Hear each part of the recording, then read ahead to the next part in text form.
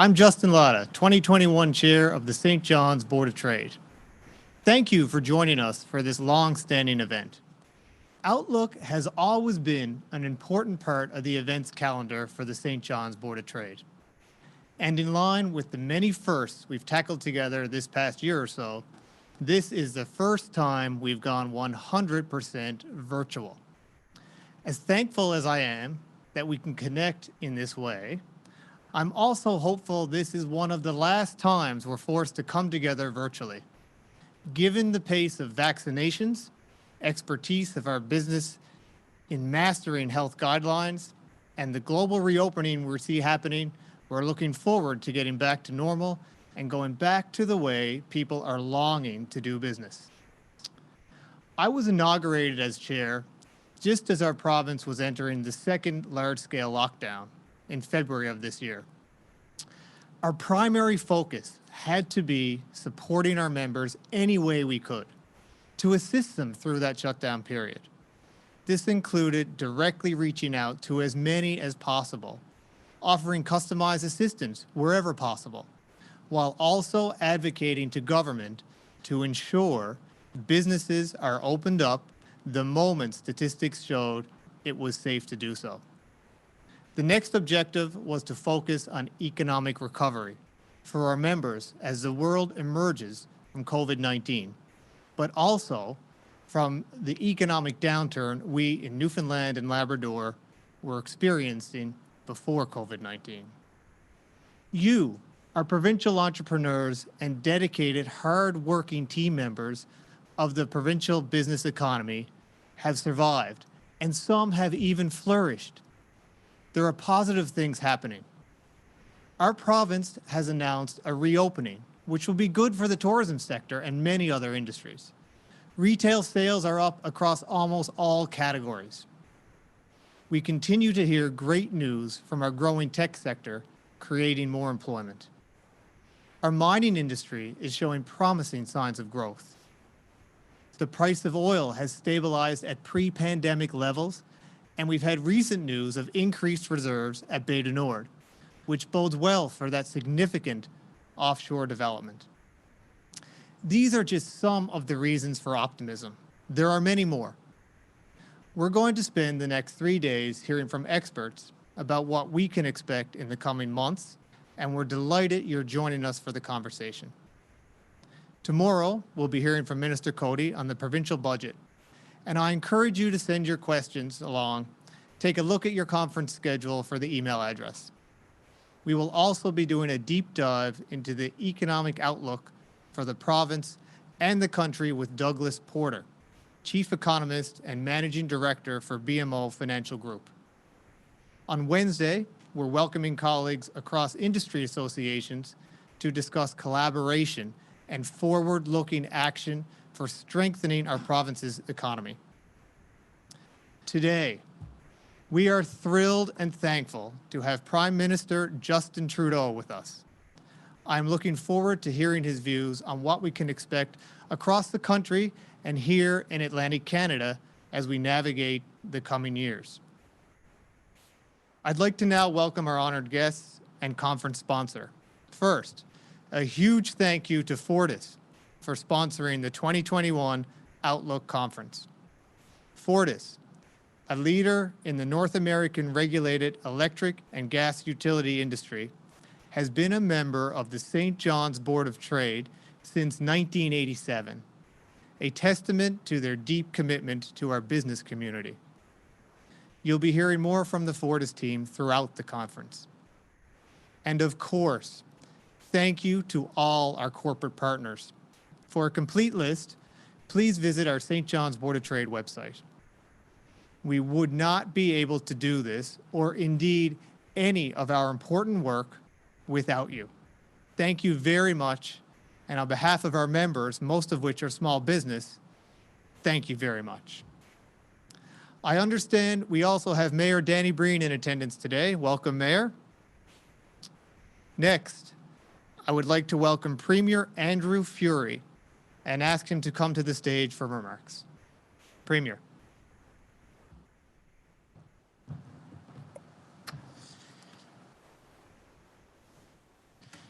Well, thank you, Justin, and thank you all for joining us here today.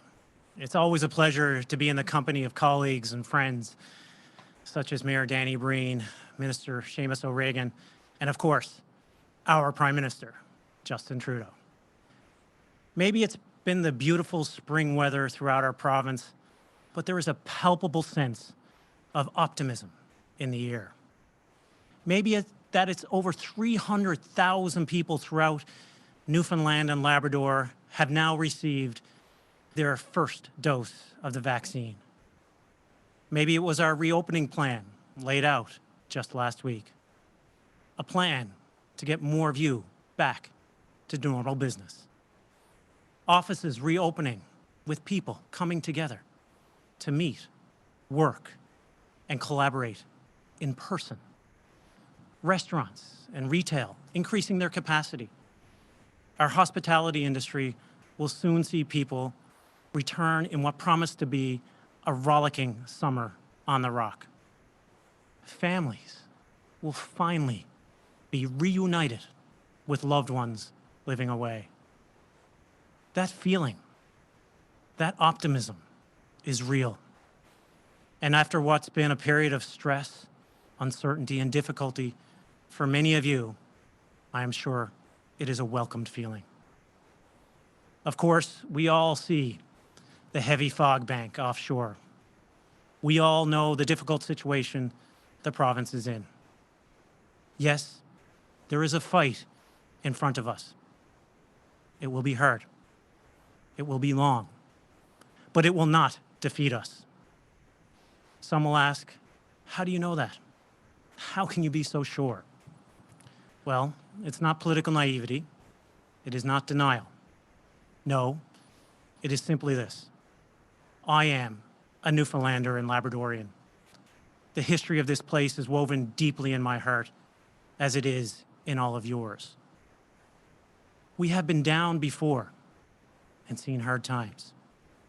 Our ancestors never knew poverty because it was the reality they lived every single day.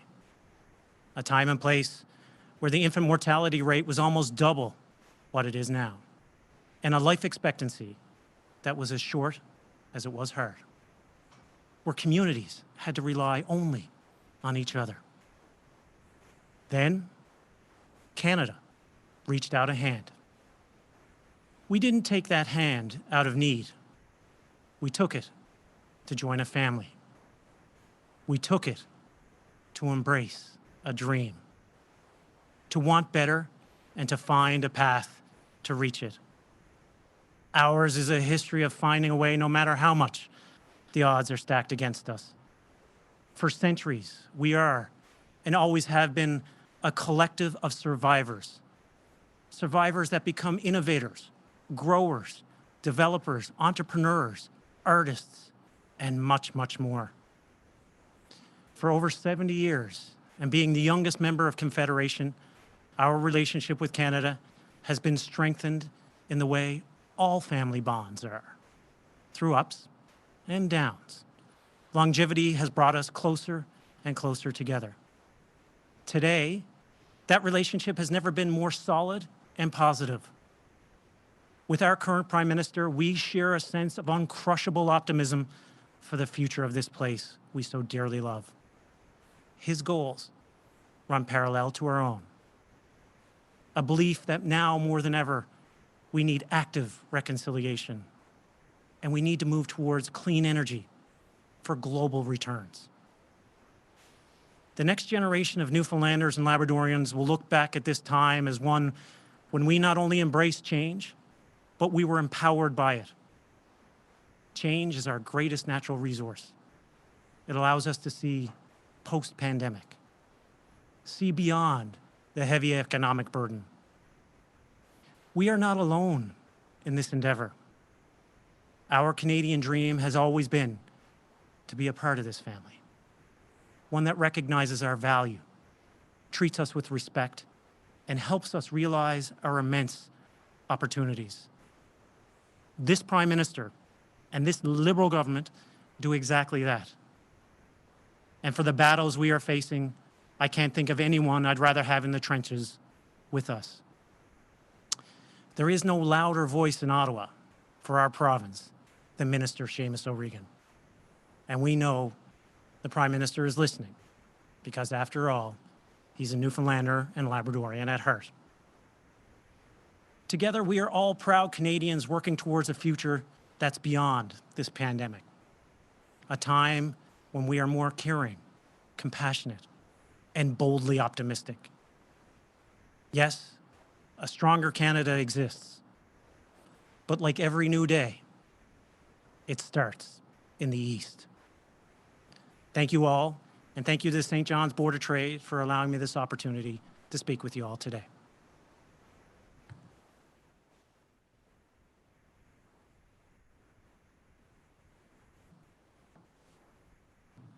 Thank you, Premier.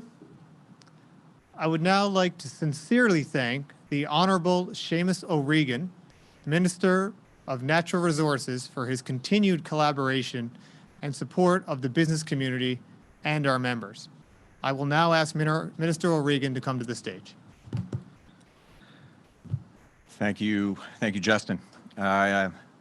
First of all, great to be back at the St. John's Board of Trade, gathering here on the ancestral homeland of the Mi'kmaq and Beothuk peoples. Premier, it is good to see you again, as always, in the trenches.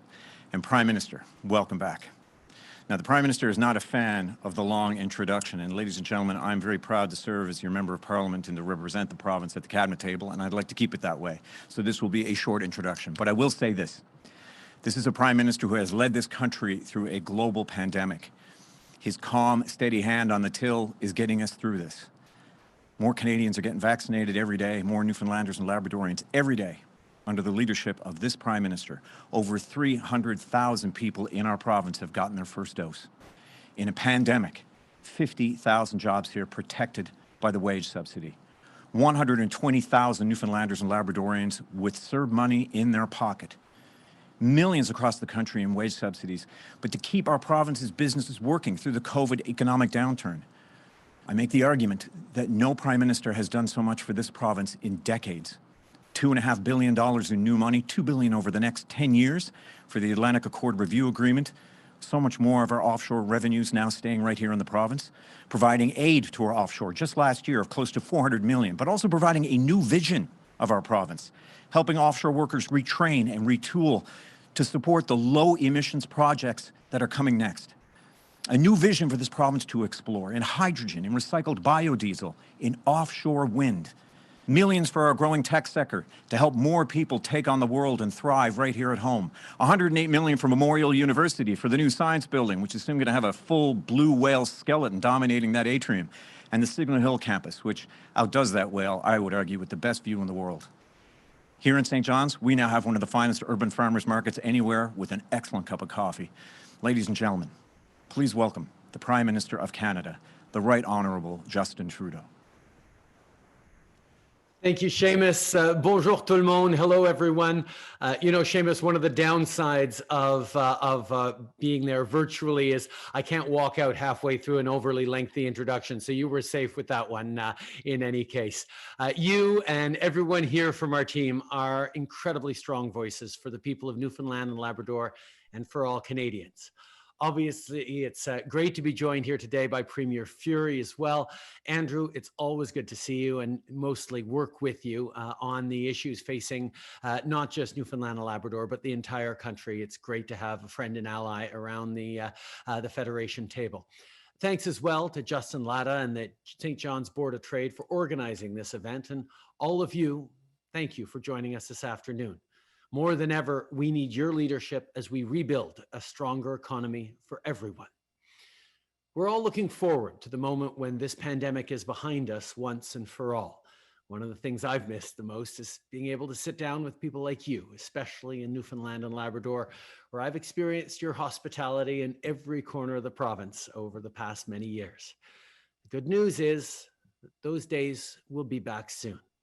I know that Premier Furey last week shared his plan to reopen safely, and that the province aims to be ready to start welcoming visitors again on Canada Day. That's great. And other provinces are reopening too. With over 70% of eligible Canadians having received at least one dose of a COVID-19 vaccine, we're well on the way to getting back to a more normal life. It just goes to show that when we all work together as one Team Canada, we get things done. Of course, I'm not here to talk about vaccines. I've done plenty of that in the past few months. Today, my friends, I want to focus on how we keep working as a team to rebuild a stronger economy and grow the middle class in our cities and rural communities. Pendant et après cette crise, notre gouvernement va toujours être là pour les travailleurs, les entreprises de toutes les tailles et les entrepreneurs. Dans les derniers mois, j'ai eu l'occasion de discuter avec des propriétaires de petites entreprises comme plusieurs d'entre vous qui m'ont raconté à quel point l'année a été difficile. Comme je le répète souvent, vous êtes au cœur de nos communautés et on est là pour vous. In the past year, I've heard from small business owners that programs like the Canada Emergency Business Account have been a lifeline. Well, we're not going to cut help while people still need it. To make sure that businesses and workers alike continue to get the support they need, in our 2021 budget, we extended the rent subsidy and the wage subsidy until September. This means millions of jobs will continue to be protected while our economy reopens. While we reopen, it's also important to make sure businesses aren't afraid to hire workers.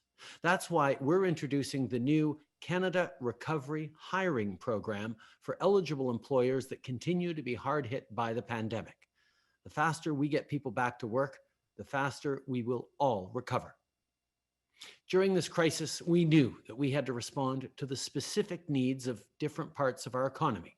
So when I say that our government is here for all workers, that includes fishery workers too.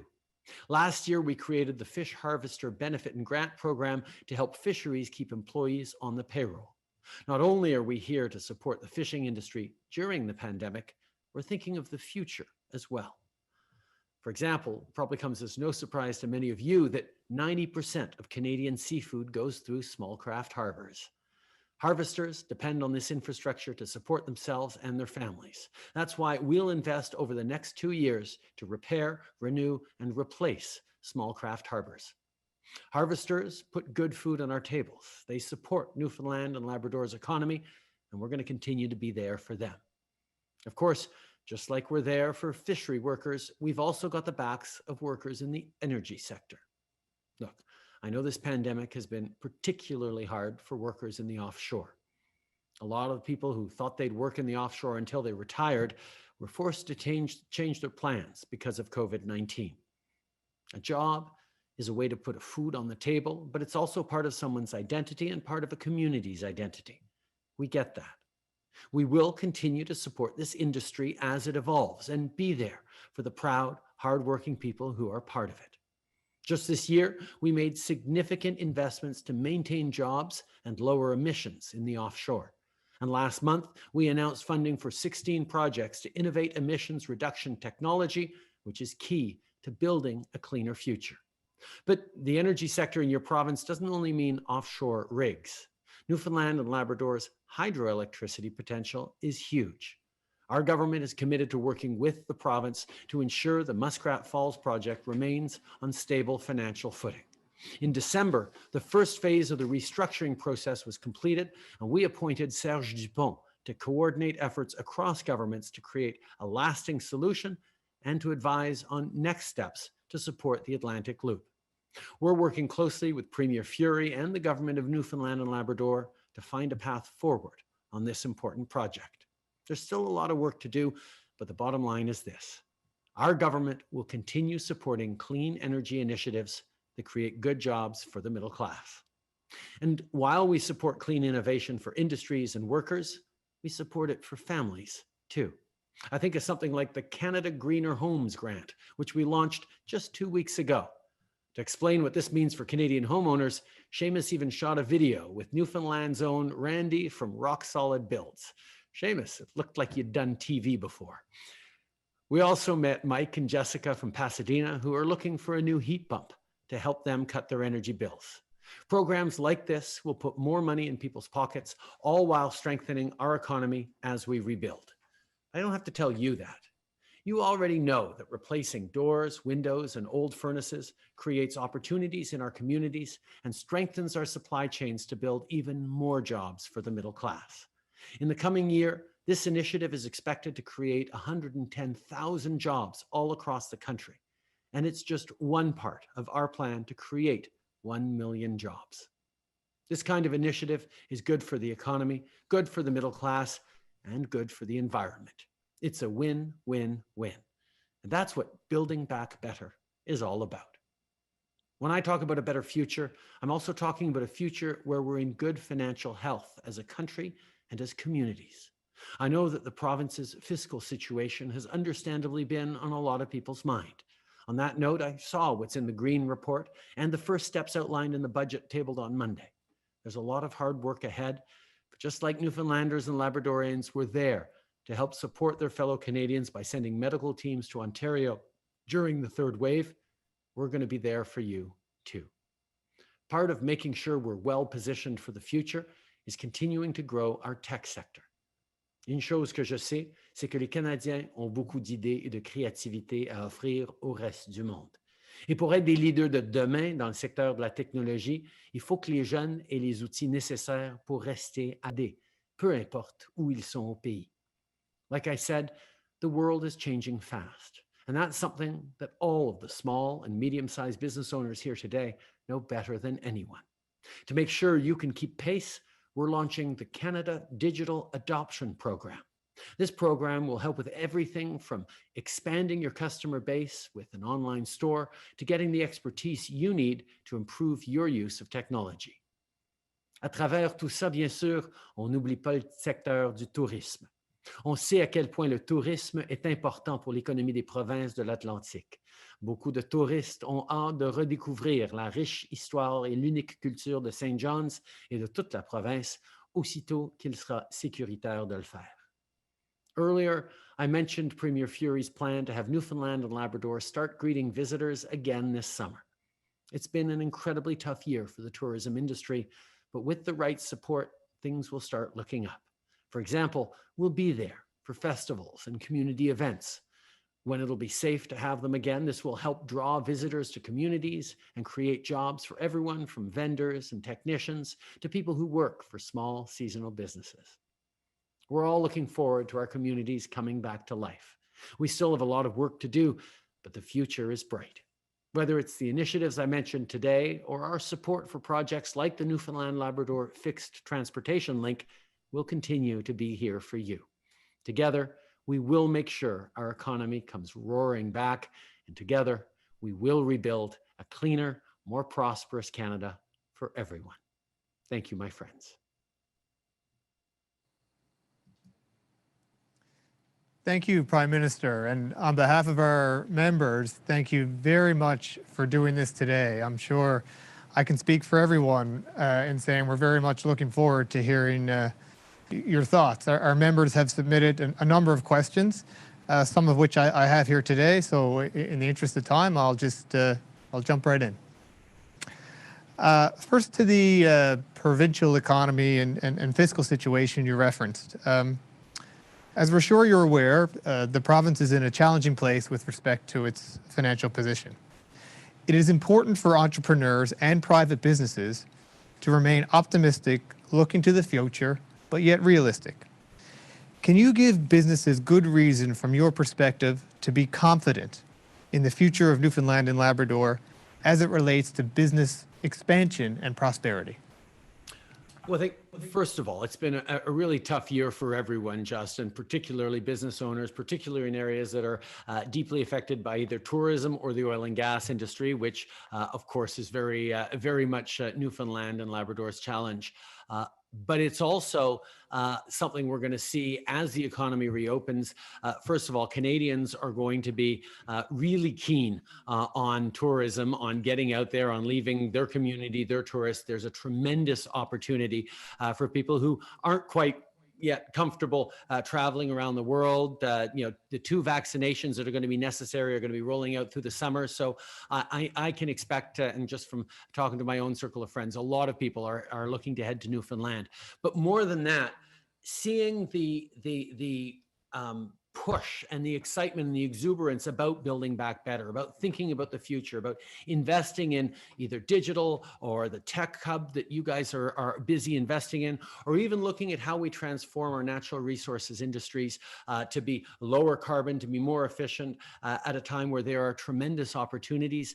The kinds of resilience that Newfoundlanders have always shown in the face of crises left you all perhaps somewhat better prepared for this pandemic than others were mentally. Your ability to pull together, your ability to pivot, your ability to reach not just out west across Canada, but those ties to the continent across the pond have always left you with plenty of opportunities. And I think that the partnership that we're able to build with the federal government there to support Andrew and his vision for a Newfoundland and Labrador that is cutting edge and forward thinking, but bringing everyone along into that future is something I'm very, very excited about. As we look to a world that has gotten a lot smaller in a whole bunch of different ways, I know that global investors are looking for places with that competitive edge, places with that advantage that are sometimes a little off the beaten path. And Newfoundland runs the risk of not being such a well-kept secret for very long as people look for great places to grow and invest. Yeah, well, it's interesting you mentioned the global investors, because that leads right into my next question, actually. We have a downward trajectory with respect to our population, something that we've had before and reversed, and something I'm confident we'll be able to reverse again, but it needs focus. We need more immigration. We need to increase our population. In order to do that, the St. John's Board of Trade believes we need more external investment, internationally and nationally. So from your perspective, what would be your advice to Newfoundland and Labrador and to its businesses to attract global and national investment, thereby creating long-term employment and opportunities for immigration? Well, I think it's a bit of a chicken and egg problem at the same time. So you got to do it both at the same time. Yes, you're drawing in international investment and engaging with the world, but you also want to be bringing in immigrants at the same time, bringing in new Canadians. And that, I'll be blunt about it, COVID-19 and the shutdown of the borders has been really hard, not just in your region, but right across the country in terms of immigration. So much of our growth comes from immigration. So much of our dynamism, so much of what we're going to do to counter an aging population is going to come from immigration. And it's always been one of Canada's advantages that even over the past years, as parts of the world were sort of going a little more insular or turning away from immigration, Canadians were willing to double down on it because we saw it as a competitive advantage. That Canadians remained one of the few places in the world that was still very much positively inclined towards immigration, over the past many years. And if there's any part of Canada that knows how to be welcoming and warm when people come to settle down, it's Newfoundland and Labrador. And I think the opportunities you have to grow. And yes, you need to be creating jobs while at the same time you draw in people. But that's something that you've been able to do in the past and you're going to be able to continue to do in the future. And I'm very, very excited about the kinds of openness and the kind of investments that we're going to be making in immigration over the coming years. Because, of course, you can't just have someone arrive. You need to also make sure there's not just jobs and work and opportunities for them and schools for the kids. You need to have housing. You need to have the kinds of infrastructure that we're busy investing in Newfoundland and Labrador and right across the country. So many of the challenges we're facing right now get solved by increasing the population, and that's something that we know, and certainly is going to be key to the success for Newfoundland and Labrador in the coming years. You mentioned tourism, and our premier has just announced that we're opening July 1st. Everybody's so excited.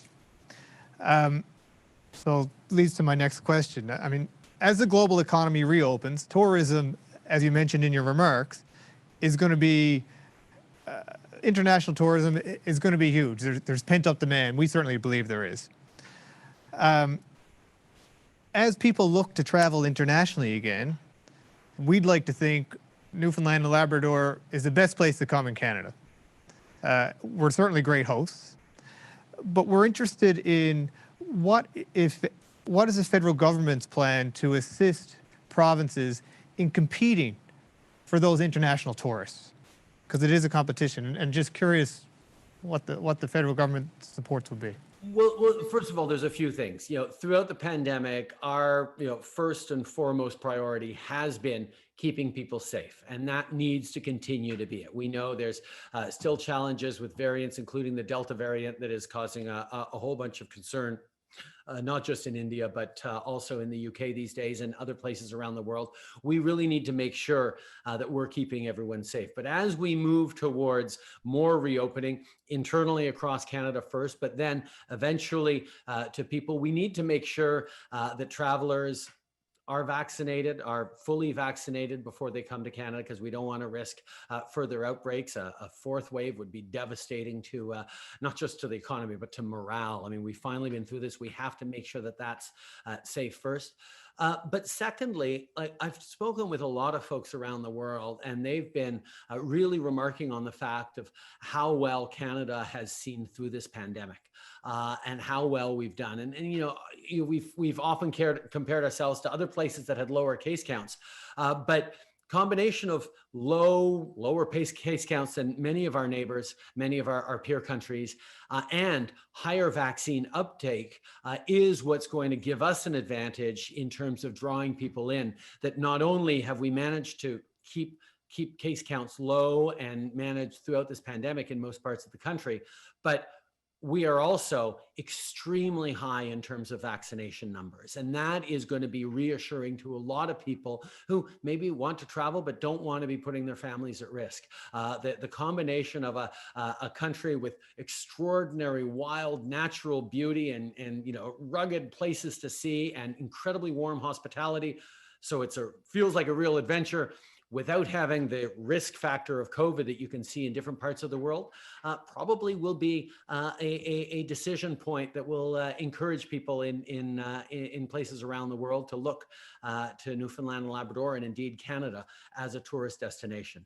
We're not going to get ahead of ourselves, though. We are looking at how we're going to start welcoming up tourists in a phased way as the numbers come down in Canada, as the numbers start to come down in the United States and elsewhere around the world.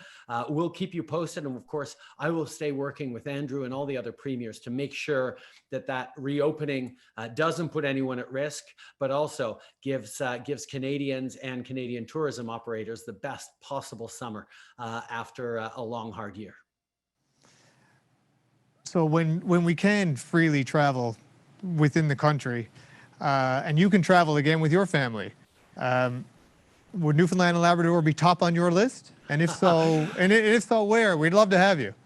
It certainly is on the list. It's been really challenging to stay hunkered down in Ottawa. Now, don't get me wrong, Ottawa's a lovely town, but getting out there is one of the best things about my job, and it's been limited for the past year. A few months ago, I was at a virtual event and made a promise to come check out the pizza oven that ACOA had paid for at the Bonavista Social Club. So that's certainly something I'm looking forward to. And the other thing I realized that last time I was in Gros Morne, it was me and Sophie on a hiking trip, and she was about 3 or 4 months pregnant with Xavier, my first.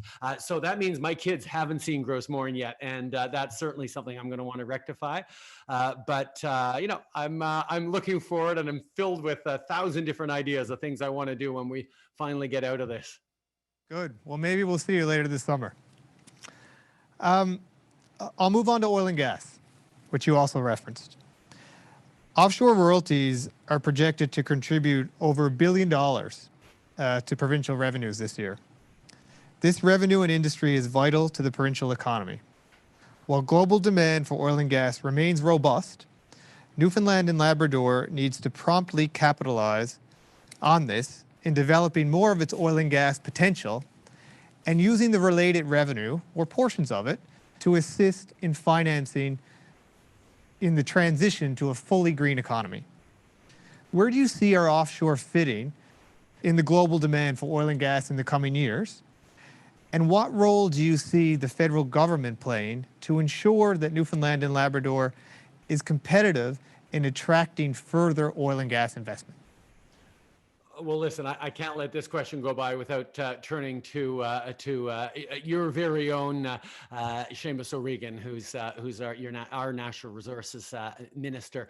But let me just sort of preface with, first of all, yes, we're going to continue to, as a world, rely on oil and gas for a considerable amount of time still. Even as we look to transform to a lower and eventually net zero economy. How we do that, therefore, is going to rely on a lot of innovation, a lot of really thoughtful approaches on, how we best make the right use of the energy resources we have now and can access now. Now, Newfoundland and Labrador have advantages. You have advantages because of the low carbon content in your average barrels of oil, which is a bit of an advantage over some of the rest of the oil barrels in Canada. But at the same time, there is a different world we're going into. A lot of global investors are trying to pull away from oil and gas, and that's where we have advantages in diversifying, but also in looking for that lower carbon story and that innovation that can still draw in investment.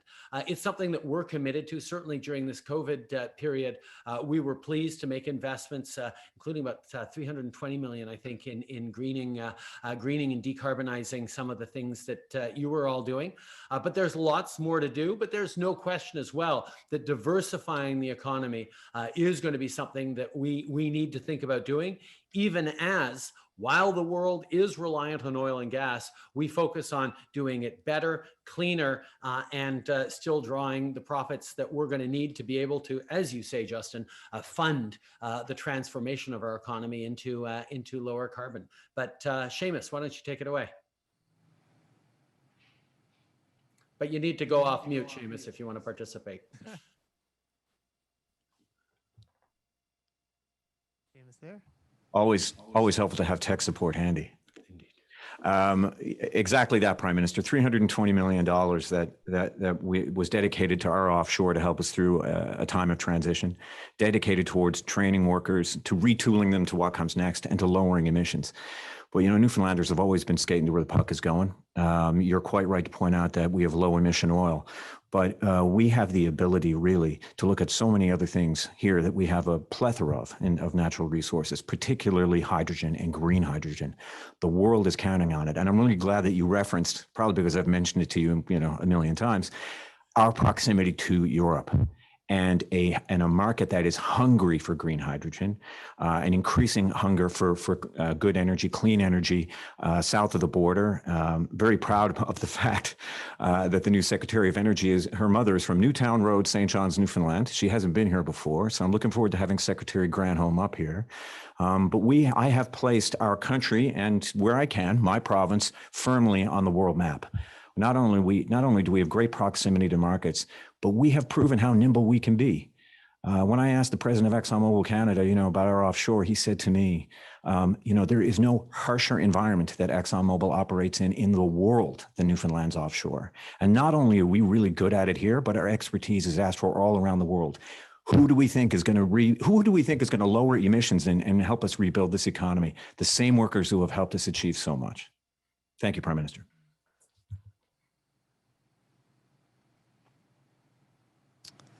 Thank you for that, Prime Minister and Minister O'Regan.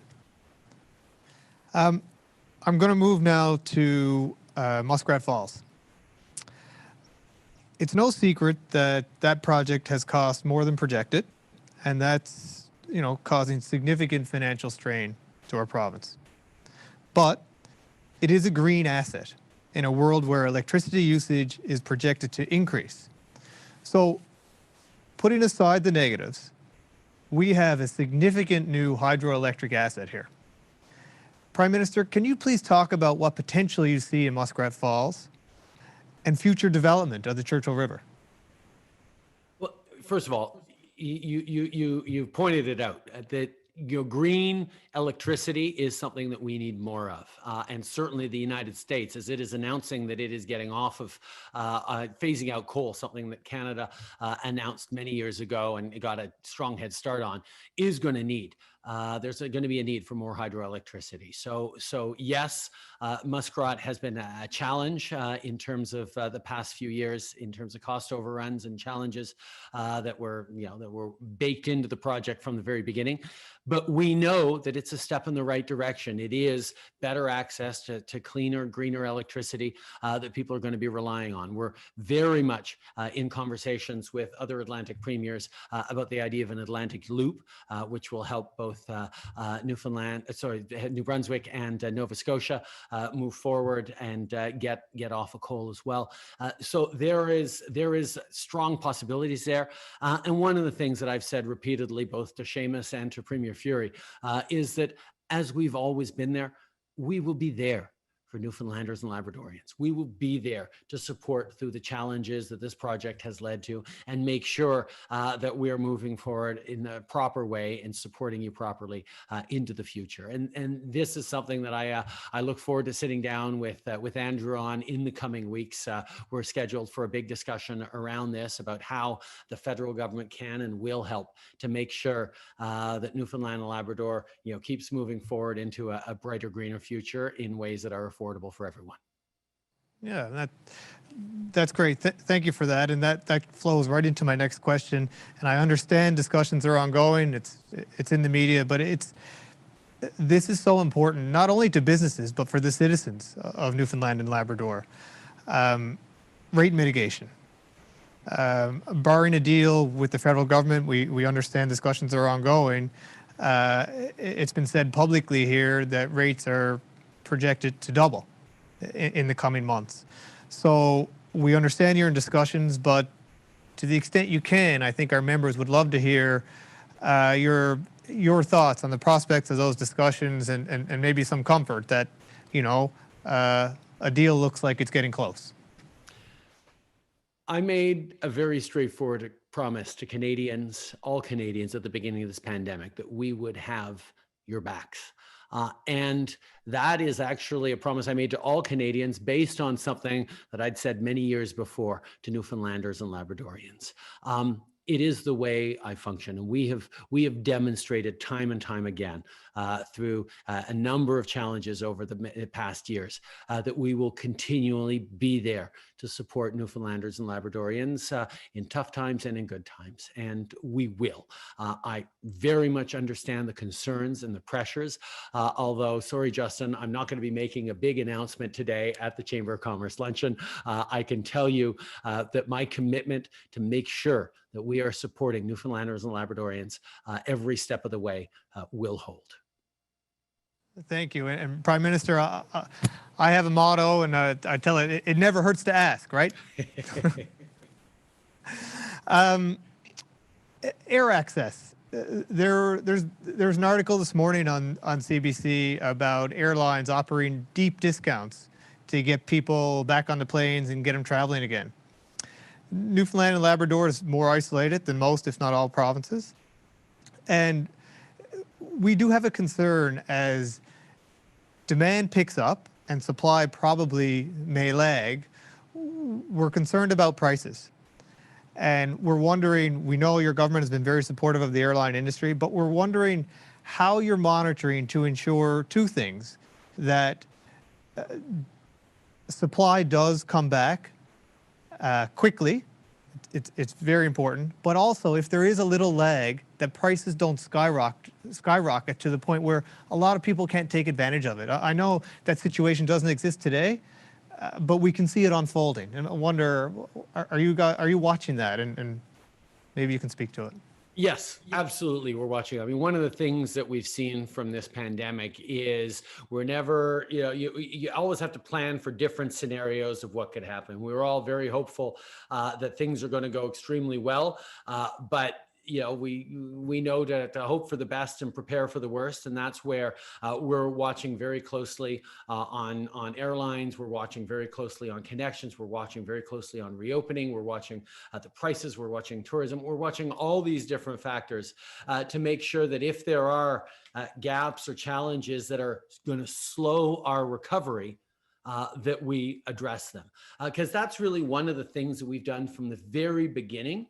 Is we've said, okay, when this pandemic hit, we realized, I think Canada realized quicker than some other jurisdictions or some other countries, that it wasn't actually, as was said by some world leaders on the very beginning, that in order to protect the health crisis, you have to do terrible things to create an economic crisis.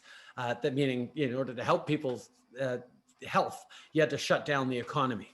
And that was sort of the frame a lot of people wandered around with at the beginning, and really saying, okay, in order to help people's health, we're really gonna have to take a huge hit on the economy. But what actually became clear is that protecting people's health was the best way to protect the economy. Smart, proper shutdowns that didn't lead to collapse and businesses disappearing, holding on with the wage subsidy, with the business accounts, with the various supports we have, actually all line up so our economy can come roaring back faster. And that was the plan and the investment we made. So when conservatives are yelling at us that we spent too much to help people, too much, too fast, we were too generous, I sort of laugh, because it's one of those things that we're actually seeing now, that if we had done like they wanted to and held back and protected the money in our bank accounts at the federal government, people would have hurt a lot more, and the recovery would have been slower than it's looking like it's going to be. I mean, yes, we had the advantage that we went into this crisis with one of the best balance sheets in the G7. And even though we've spent an awful lot of money investing and supporting in Canadians so that they wouldn't have to go into debt, instead of the federal government that borrows at 0% when a family borrows on their credit card at like 19%. It just made sense for us to do that. And what we've seen with all the economic modeling is the faster the economy bounces back, because people just have to flick on a light switch as opposed to rebuilding from scratch, the better off we all are and the more growth happens. So when we look at airlines, we're not just looking at the need for tourism and encouraging people to get back to normal. It's an economic driver of success right across the country, particularly in more distant or remote regions. And that's why we absolutely are watching very, very closely what happens to air travel, not just for tourism, but for business as well, to make sure that Canadians stay connected. I mean, one of the stories of this pandemic was how important it is to connect. And yes, we've been connecting virtually a whole bunch, but we want to connect in person too. And those connections are airlines in many, many places, and that's why we're leaning in so hard on them. That's great. It's good to hear, because it's the air access is critical to Newfoundland and Labrador. I think I have time for one more question, if that's all right. You mentioned Canada using the power of its balance sheet to provide the support quickly in COVID-19, and we're glad, and we seem to be doing well. However, in doing so, the Canadian government has added substantially to its debt. And representing businesses, we're always interested in taxation. Just curious, as businesses, you're interested in more taxation? I'm going to have to make note of that, because it's the first time I've ever heard that. In taxation, Prime Minister. I just wonder if you could comment what your medium and long-term views are on where Canada will have to go on taxes to deal with its debt.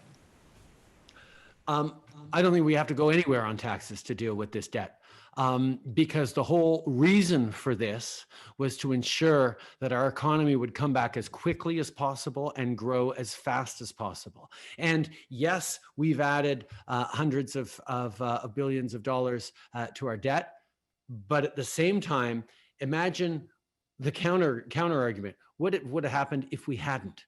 Well, Canadian households, Canadian businesses would have added hundreds of billions of dollars to their debt collectively, and would have been in a far weaker position to get the economy going again. And that's, again, one of the distinction points between different political parties, and where I know a lot of people who are pretty, of course, the circles I hang with, but pretty pleased that it was a Liberal government in power during this pandemic, because our focus on making sure that people had the tangible supports and not worried about balancing the budget at all costs through cuts at a time where interest rates are so incredibly low, is it just makes sense for us with our top credit. I mean, the international credit rating agencies have kept Canada at a AAA rating. We're still one of the top rated countries in the world in terms of our approach to the medium and long term, even though we've invested this much. Why? Because people see that Canada has done it responsibly and with an eye towards both helping Canadians and businesses through this pandemic, but also coming back stronger than ever before. And one of the things that we've always understood as Liberals and as a government is that in order to create success in our society, you can't just lean back on the handful of most successful people and wait for them to spread the success to everyone else. You need to look at making sure that everyone has a real and fair chance at success. And that means recognizing that women are strongly disadvantaged by this. We're strongly disadvantaged by this pandemic, which meant turning around and increasing our investments in the women entrepreneurship strategy. But it also meant being delighted when the business community writ large, after a number of months of people working from home, realized, holy smokes, childcare is really important. And that is what allowed us to move forward on creating, and we're launching this national childcare, which is going to cut childcare costs in half on average by next year and bring it down to $10 a day over the next 5 years. And that, yes, it's going to be a wonderful social program like it was in Quebec, and get more women into the workforce and create more opportunities for families. But it's also a huge driver of economic growth when you're not holding back people who have to make impossible choices about saying, well, you know what? I will make less as a second earner in my household than I would to stay home and take care of the kids myself, instead of sending them to really expensive childcare. So making sure we have quality childcare is a piece of it. And that's something we're moving forward on. So what we're focused on is unlocking that economic growth and that potential, whether it was things with the Black entrepreneurship strategy we put forward, whether it's investing in students and giving massive supports to post-secondary education for the next couple of years, so that young people don't hit that scarring that's going to follow them throughout their whole life, come from the COVID crisis. Our choices were to invest and lean in, not just because it was the right thing to do at the time, but because we know, and we're backed up by all the international financial institutions who've said this, that doing that is actually a way of preventing economic costs in the medium and long term. If we can make sure we get back to normal quickly and get growing again quickly, that is the best way to make sure that our economy is flourishing, and there's no need to reach out to any more instruments to get in resources other than healthy growth in the economy. Whereas other countries that might have said, no, we can't spend, well, they will be a lot slower to get to growth and to get to opportunities. And it'll actually end up costing them more to have shoved money under the mattress and not spent it investing in their citizens and in their businesses. That's the approach we had for business. That's where there's a big point of contrast between me and the leader of the official opposition. And that's what we're going to, quite frankly, keep focused on as we make decisions around building back better. We all want to get this economy going as fast as we can. And we know the best way to do that is to empower everyone to be able to reach their potential and play a full role in that, to create access to capital for marginalized communities, to support women entrepreneurs, to create the kinds of programs that are giving those competitive advantages, even as we play increasingly successfully in a global sandbox. I'm very, very excited about the coming years, and I think Newfoundlanders and Labradors have a lot of reason to be so as well. Well, Prime Minister, I'm so glad to hear your optimism, and I'm extremely glad to hear you echo your support for Newfoundland and Labrador. I think we're out of time, but again, on behalf of our members, thank you very much for making the time to speak to us today. What a pleasure, Justin. Thanks for all your leadership, and thank you everyone for being part of it today.